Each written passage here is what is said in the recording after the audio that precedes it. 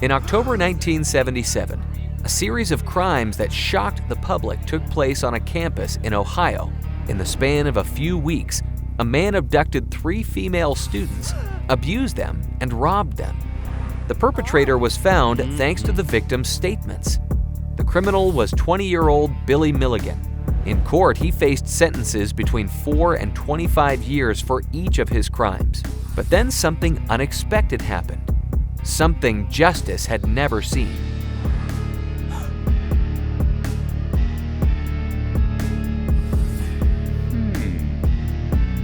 So it goes as follows. When Billy was arrested, he behaved very calmly, like if he hadn't done anything. In prison, Milligan behaved even more strangely.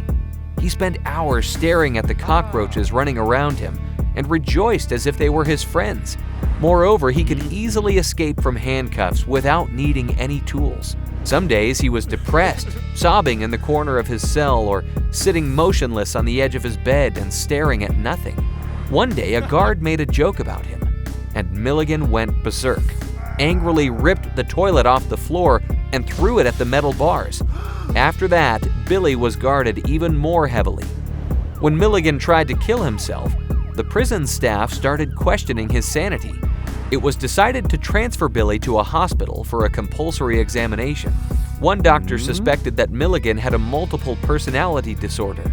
Milligan had so many personalities that no one believed it could be true. Most doctors assumed that Milligan was simply a good actor and played different roles that he invented. He could change not only the tone of his voice, but also his accent, his moves, his gestures, and his way of speaking. Even experienced doctors were shocked after seeing such sharp changes from one personality to another. As they treated Billy, the doctors found that Milligan had 10 different personalities. Later on, an additional 14 personalities, labeled the undesirables, were discovered. Milligan had 2 main personalities who solved all of his problems. In times of peace, Arthur, a 22-year-old British aristocrat, was the leader of the gang. He set the rules of conduct for the rest and took responsibility for the body they shared. In dangerous situations, Reagan took over. He was a 23-year-old communist from Yugoslavia, expert in weapons and martial arts. With his incredible strength, he defended all personalities, could control the flow of adrenaline in his body, and avoid feeling pain. He always played by ear.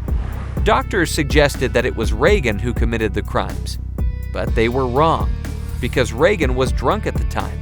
It was then that one of the undesirables defeated Reagan and took control of Billy. It was a girl named Adalana.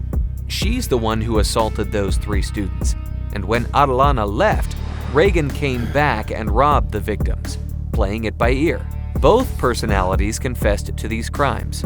You might think that after all this, Billy Milligan should have ended up in jail, but then lawyers Gary Schweikart and Judy Stevenson intervened. We're not sure they believed Billy's diagnosis. Maybe they just wanted to use their infamous client to gain some popularity, but still, they argued that Billy was clinically insane and that he didn't commit the crimes. All the crimes, they said, were committed by his other personalities. We know it sounds absurd, but as a result, he was acquitted and sentenced to psychiatric treatment until recovering. Billy Milligan was the first person to be acquitted at trial because of a multiple personality disorder. In 1988, after 10 years in a psychiatric ward, Milligan was found to be healthy and discharged.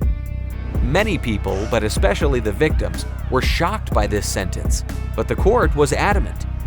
What do you think, dear viewers? Who was Billy Milligan? A brilliant actor who fooled the system, or an unfortunate man with a rare condition? We look forward to reading your comments. By the way, the most interesting one will be featured in the next issue. We hope you learned something new today, and we will be back next week with another true story.